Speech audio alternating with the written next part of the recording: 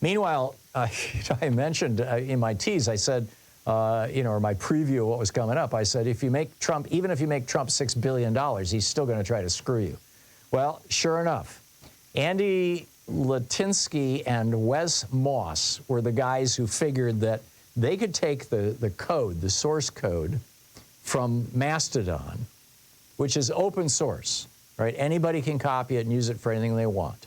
They took the source code from Mastodon, tweaked it just a very little bit, and instead of putting it on a public server or multiple public servers like Mastodon is, so it's kind of crowdsourced, they put it on a private server.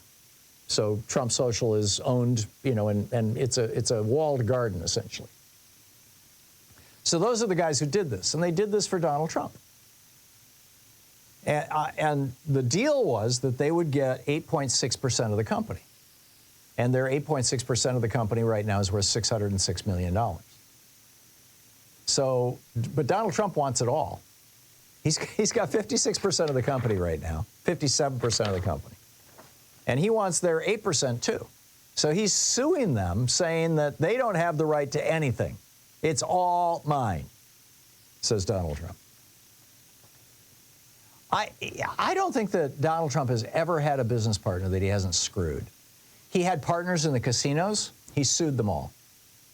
Deutsche Bank loaned him hundreds of millions of dollars. He couldn't pay it back. This was back in the 90s. He sued Deutsche Bank. And then after that, they continue to loan him money. It's like, sir, yes, paddle me again. But, I guess the bottom line is anybody who thinks that they can trust Donald Trump and based on that belief gets into bed with him, gets into business with him, deserves what they get. For stupidity, if no other reason.